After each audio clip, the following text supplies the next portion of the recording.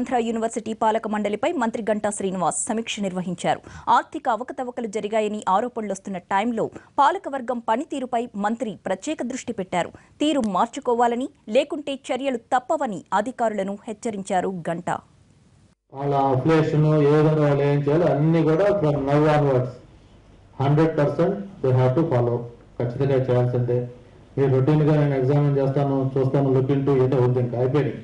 ఇప్పుడు ఎవరు ఖాళీగా లేరు, అందరూ ఎవరు బిజీ. బట్ అందరూ కలిసి బాధ్యత ఉంది. ఆ బాధ్యత ఎవరు దాంట్లో డివైడ్ అని మనకి స్పేర్ చేసేది. ఏం ఇప్పుడు వాళ్ళకున్న ప్రాబ్లమ్స్ తెలుసుకుందాం, మనకున్న ఆలోచన షేర్ చేసుకుందాం. దానికోసం మనం కలుసుకోలేకపోతే లేదా, అది అంతకంటే ఇంపార్టెంట్ ఏంటి? ఇంకా బలరాం కృష్ణ గారు ఎన్నేళ్ళు వ్యవసాయానికి ఎందుకు వచ్చి ఆదివారం ఇప్పుడు కూర్చున్నారానికి బాధ్యతలు పెట్టగా అటువంటి వాళ్ళందరూ వచ్చారు. మరి ఎందుకు రాబోయే ఇబ్బంది ఏంటానికి అంటే యూనివర్సిటీస్ అంత లీనియన్స్ ఇచ్చింది అనమాట వాళ్ళకి. అది యూనివర్సిటీస్ అంటే ఎవరైతే అప్డేట్ ఇచ్చి కంట్రోల్ చేయాలో వాళ్ళ మీద అంత గౌరవం ఉంది కాలేజెస్కి. ఇది నాకునో చైర్మన్ కాదు, మీకు అవమానం ఇది యూనివర్సిటీకి.